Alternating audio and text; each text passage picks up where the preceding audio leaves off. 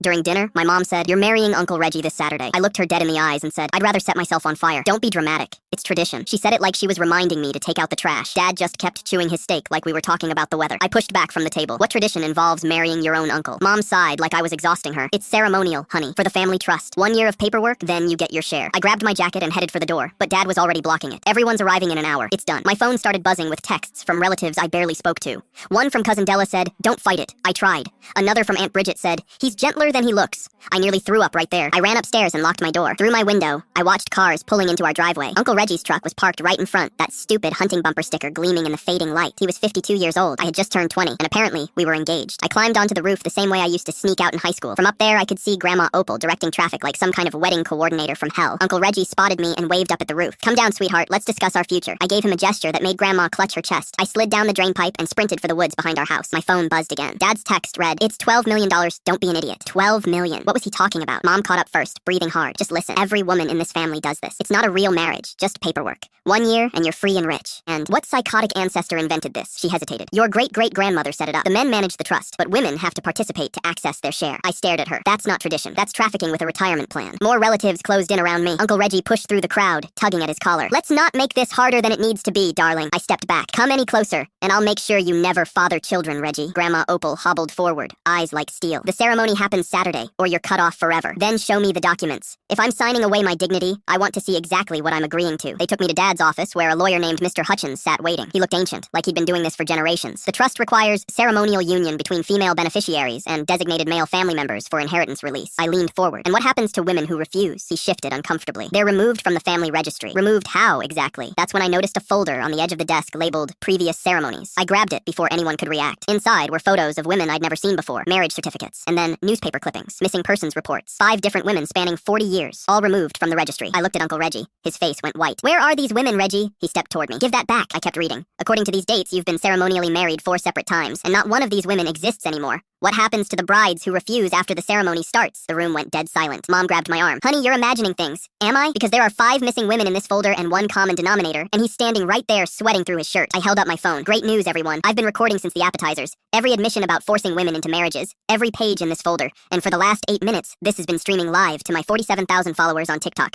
Every face in the room turned gray. Reggie lunged for my phone, but Dad tackled him first. "You're only making it worse." I backed toward the door. "The comments are already tagging the FBI and local police. So when they start digging on Reggie's property, this whole family tree is getting chopped down." Grandma's voice shattered. "You've destroyed everything we built." "No, Grandma. You destroyed it 40 years ago. I just made sure everyone could finally see it." I walked out the front door past all the relatives frozen on the lawn. Mom's voice followed me, shaking with rage. "You were never really family anyway." I didn't even turn around. "Finally, something we agree on.